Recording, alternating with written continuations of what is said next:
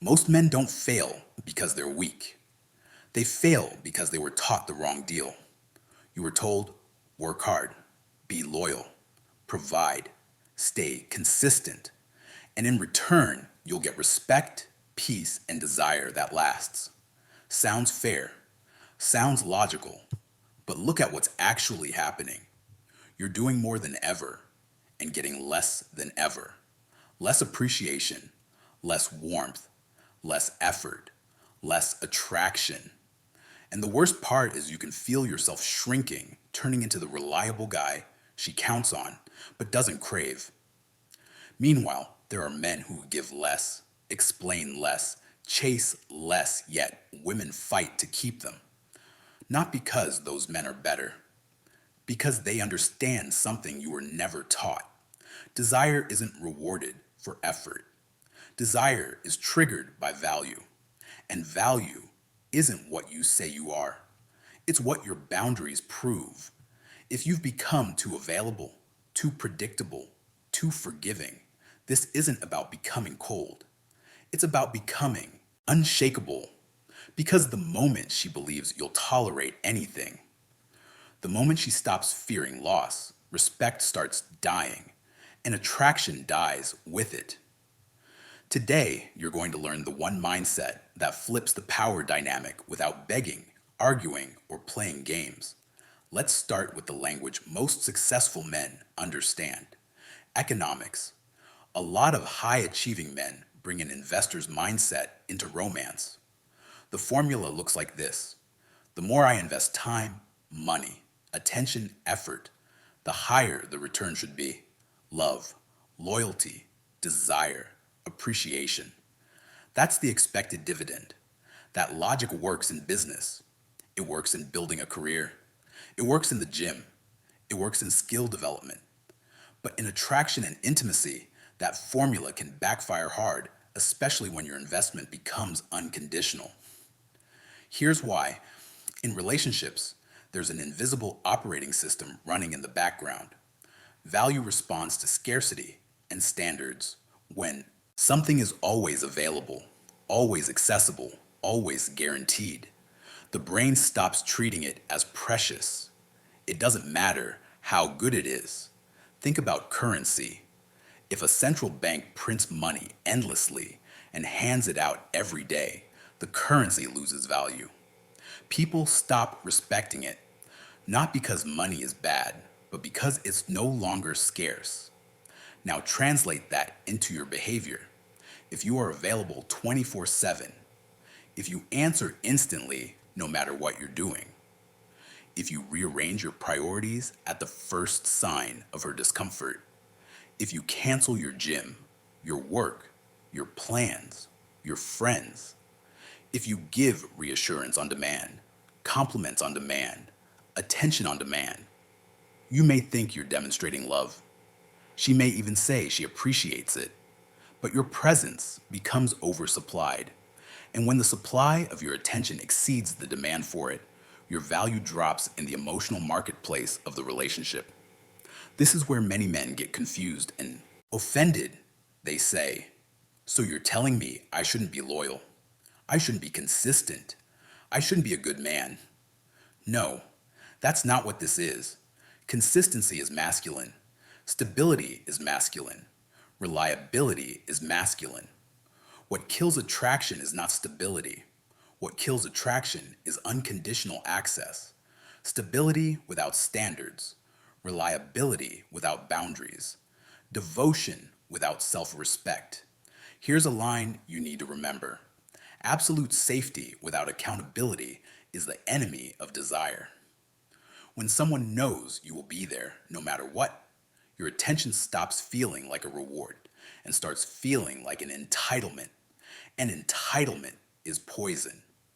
Now, there's a deeper layer here: biology, psychology, and social conditioning. Human beings are wired to be drawn towards strength, not aggression, strength. In men, strength is demonstrated through purpose, self-control, and standards. A man who can lead his own life. A man who doesn't abandon his mission to babysit someone else's moods. a man who can say no without guilt, a man who can stay calm when provoked. But when you constantly over accommodate, when you chase, when you over explain, when you fear displeasing her, you broadcast a signal often without saying a word. I need you more than you need me. My center is not inside me, it's inside your approval. And once that dynamic forms, respect starts leaking out of the relationship. Let's say this cleanly: desire cannot survive without respect. A woman might love your stability. She might appreciate your provision. She might rely on you as a co-parent, a partner, a teammate. But raw desire, the kind you feel in the beginning, requires a sense that you are a man with gravity, a man with a spine, a man whose life does not collapse if she disapproves. And here's where the tragedy hits. The colder she gets, the more you invest. The more you invest, the more she relaxes. The more she relaxes, the less she tries.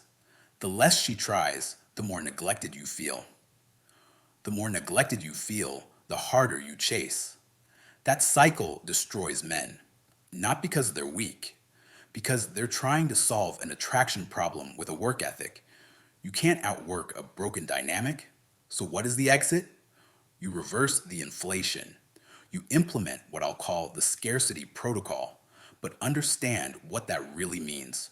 Not disappearing to punish, not acting distant to win, not playing theater. Scarcity, done like a grown man, is simply this: your time and attention are assets. Assets are allocated based on return and respect. From today, your attention becomes a reward, not a right. If she is warm, respectful, and adding peace to your life, she gets your presence. She gets access. She gets your generosity. If she is cold, disrespectful, dismissive, or careless with your dignity, the supply reduces quietly, calmly, immediately. No lectures, no long emotional speeches, no bargaining, no, please understand, no running around trying to convince someone to value you. You do not beg for respect, you respond to behavior. This is where most men panic. If I pull back, she'll leave. Here's the reality. If the only thing holding your relationship together is your constant chasing, you're not in a relationship, you're in a dependency loop. And dependency doesn't produce desire, it produces resentment. Now let's talk about the part men rarely understand: the neuroscience. People think attraction is mostly about looks, money, or luck. Attraction is largely about emotion and anticipation. The brain has a chemical system for motivation: dopamine. Dopamine is not the pleasure chemical, the way people casually say it. It's more accurate to call it the anticipation and pursuit chemical. Dopamine rises when something feels uncertain, challenging, and potentially rewarding. That's why people get addicted to gambling. It's not the wins, it's the unpredictability. A guaranteed outcome is not exciting. A variable outcome keeps the brain engaged. Now apply this to relationships. If you are always available, always eager, always responsive, always predictable, you remove uncertainty, you remove tension, you remove pursuit, you become comfortable. Yes, but comfort alone does not create longing. A healthy relationship needs peace, but it also needs vitality. It needs two people who still have their own lives, their own standards, their own edge. If every time she reaches, you are instantly there, you teach her nervous system something. No effort is required. And when no effort is required, the brain stops producing pursuit. Now hear this carefully, because men mess it up. This is not permission to become inconsistent, cruel, or emotionally confusing. It's not about creating chaos. It's about restoring a balanced reality where your presence is not unlimited, your time is not owned, And your life does not revolve around one person's mood. When you take a step back calmly, something predictable happens in the other person's mind. A gap appears. And the human mind hates gaps. It fills them. What's he doing? Why isn't he replying? Did I push too far? Is he getting tired of this? Is he re-evaluating me? And while she's asking those questions, she's doing something extremely important. She's investing mental energy. In relationships, the biggest investment isn't money. It's not gifts. It's not even time. It's mental real estate. Who occupies your thoughts owns influence over your emotions. So the goal is not to make her anxious. The goal is to stop making her complacent. Now, let's address a modern male weakness: over disclosure. A lot of men think intimacy is built by revealing everything. They tell their entire story, their fears, their frustrations, their plans, their insecurities, their schedule, their emotions on a constant stream. They think transparency equals trust. But the way attraction works, too much explanation can make you feel less like a grounded man and more like a man seeking permission. There is a difference between being open and being needy. There is a difference between sharing and reporting. A man with frame doesn't narrate his life like he's asking for approval. He shares selectively. He stays composed. He keeps parts of his inner world private, not because he's hiding, but because he's not performing. Mystery isn't lying. Mystery is not over explaining. Instead of, I'm going to meet my friend at this place, then we're going here, I'll be back at exactly 10:15. Don't worry. Try, I've got plans tonight. I'll talk later. One sounds like a man checking in with a supervisor. The other sounds like a man living his life. Now we need to correct a huge misunderstanding. The walkaway power is not a threat. Most men attempt it like this: if you keep doing this, I'm leaving. I can't take it anymore. You're going to lose me. But while they say it, they're watching for the reaction. They want her to panic. They want her to beg. They want reassurance. That is not power. That is negotiation from weakness. The walkaway power is only real when you can do it without needing a reaction. And to build that, you need to understand a brutal law that governs every relationship dynamic. The person with the most control is the person who needs the outcome the least. This is true in business deals, in negotiations, in social dynamics, in romance. If you need her validation to feel stable, she will feel it. If you need her attention to feel alive, she will sense it. If you need the relationship more than you need your self-respect, your behavior will start bending. And bending kills respect. So we rebuild the foundation, the prize mindset, not arrogance, not ego, not pretending, a calm certainty. I am a man with value. I will not beg to be treated well. Look at what you've earned. If you are a grown man with a career, experience, and competence, you already know how standards work. In your workplace, if someone is talented but toxic, you don't keep them because you're afraid to be alone. You correct the behavior, and if it doesn't change, you replace them. You protect the culture. Your life requires the same leadership. The woman beside you is not a trophy to be worshipped. She is not your manager. She is not your emotional judge. She is a partner who earns her place through the same things you earn yours: respect, effort, loyalty, and a consistent contribution to the peace and quality of the relationship. Stop auditioning for your own life. Start evaluating who belongs in it. Now men ask, how do I do that if I love her? Here's the honest answer. You can't do it if your entire life is built around her. If the only joy you get is her approval, you will always chase, always.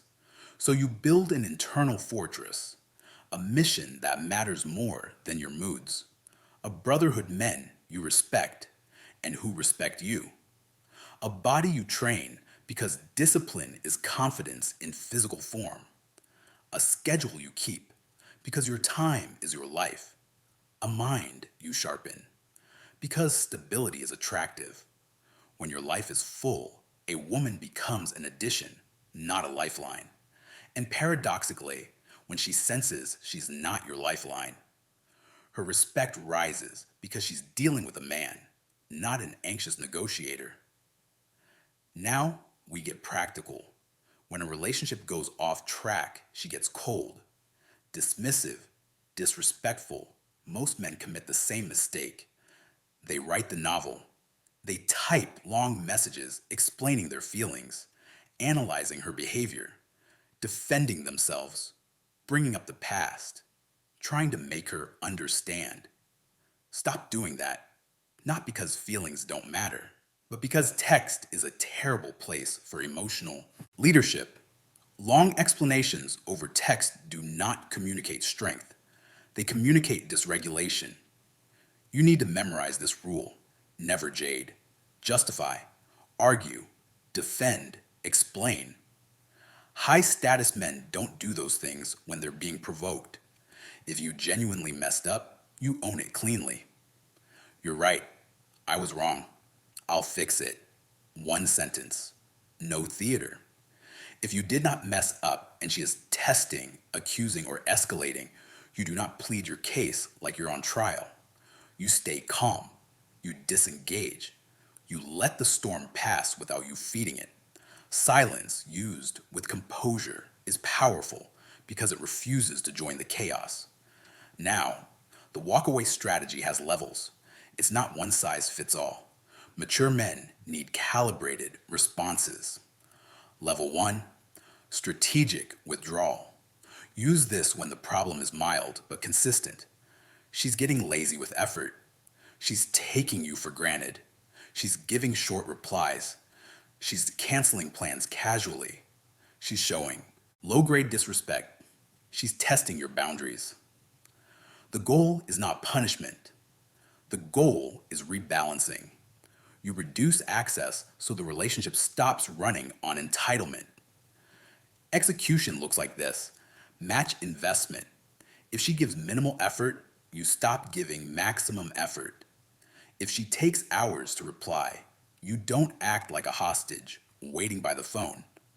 You reply when it's convenient, not in anger, just as a man with a life. If she cancels last minute with no real reason, you don't protest, you don't argue, you don't guilt trip. You say, no problem, another time, and you go quiet. You do not chase the next day. You do not check in. You do not send emotional temperature probes like, are we okay? You create space, and in that space, you do something important. You redirect energy into your life. Work, training, friends, growth, anything productive. The unspoken message becomes, my life moves forward. Your mood does not control my center. That message is more persuasive than any speech. Level 2, the boundary cut. Use this when the behavior crosses a line. Repeated, lying, cheating, humiliation. Persistent manipulation. Repeated disrespect after you've clearly addressed it. Anything that attacks your dignity or safety. At this level, you don't win her back. You protect your peace. A lot of men think they need a dramatic closing conversation. Sometimes you do for practical reasons, but you do not need to keep negotiating with betrayal. You say what's true, briefly. This doesn't work for me. I'm done. And you remove access. That might mean no contact, blocking, or stepping away from shared spaces depending on the situation. Not for revenge, for clarity, for healing, for self-control. Because the most painful consequence for someone who treats you poorly is not hatred, it's your indifference. Indifference says, You no longer matter enough to disturb my peace. Now here's the point. Where men fail, when you withdraw correctly, many women return. They sense the shift. They feel the loss of the control. They test the new reality. They might text, "What's wrong with you lately?" They might act sweet. They might suddenly want you again. This is where you must not relapse. If you immediately go back to overinvesting, you teach a terrible lesson. All I have to do is toss him a little attention and he returns to the old role. Instead, you stay warm but measured, polite, calm, not punishing, not overeager. If she wants to meet, you don't jump like you've been starving. You respond like a man with a schedule. "I'm busy this week. Let's see what makes sense next week." You observe, you evaluate. Does her behavior improve consistently, or is she just doing a short-term performance to regain control? This is crucial. You don't reward words. You reward patterns. If she becomes respectful and consistent, you gradually restore access. If she returns to old behavior, you reduce access again, not with anger, with standards. This is how adults train dynamics, through consequences, not speeches. Now, I want to address a fear that keeps men trapped. What if she leaves? If your standards cause someone to leave, that is not a tragedy. That is information. It means the relationship was being sustained by your overfunctioning, not by mutual respect. A man with a spine is not afraid of that information. He uses it to build a better life. And this is the deeper purpose of the walkaway power. It is not a trick to get her back. It is a manifesto for how you live. From today, you are no longer the man who trades dignity for connection. You are a man who chooses peace over chaos, purpose over pleading, standards over anxiety. You are not here to be tolerated. You are here to be respected. And if respect is not present, you are willing to stand alone while you rebuild, because you know your value does not come from someone else's mood. Now, expect resistance.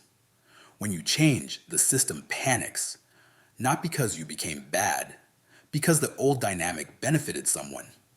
When you stop chasing, you remove a resource they were used to receiving for free: your attention, your reassurance, your emotional labor. So tests will come. Some are emotional: tears, guilt, blame shifting. Some are seductive: sudden affection, sex, sweetness. Some are aggressive: anger, insults, threats. Your job is not to win the test. Your job is to stay consistent with your standards. You don't argue with tears. You don't surrender to guilt. You don't reward disrespect. You stay calm. You speak simply. You act decisively. Because the ultimate masculine power is not controlling other people. It's controlling yourself. Let me give you a clean framework you can carry into any relationship. The 4 rules of a respected man. Rule 1. Your life has a center outside the relationship. If she is your only source of meaning, you will always be controllable. Rule 2. You don't chase clarity from someone who benefits from confusion. You don't beg for basic effort. You step back and observe. Rule 3. You don't reward disrespect with more access. You don't buy peace by sacrificing dignity. Rule 4. Your boundaries are real because you can enforce them. A boundary without consequence is a request.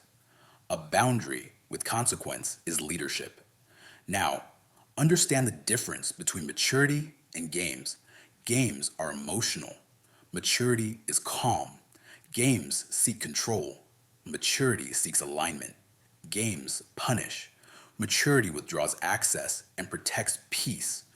So if you apply this with discipline, you won't become a cold man.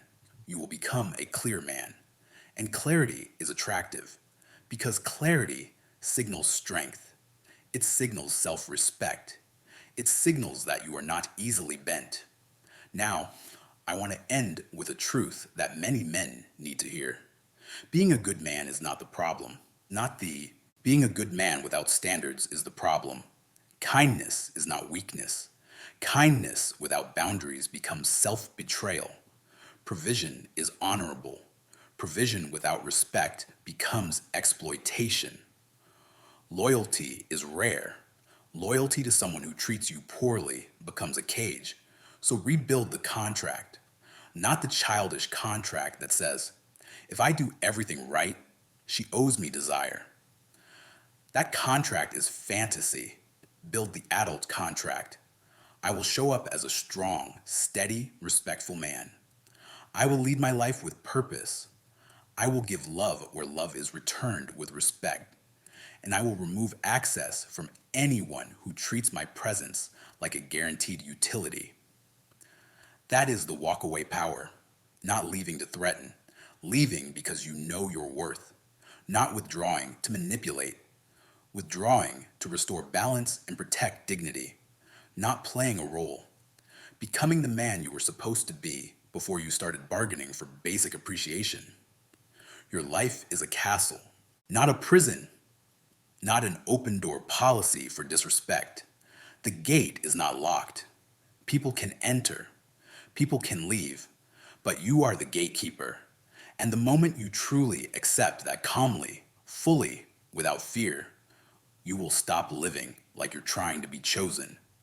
You will live like a man who chooses.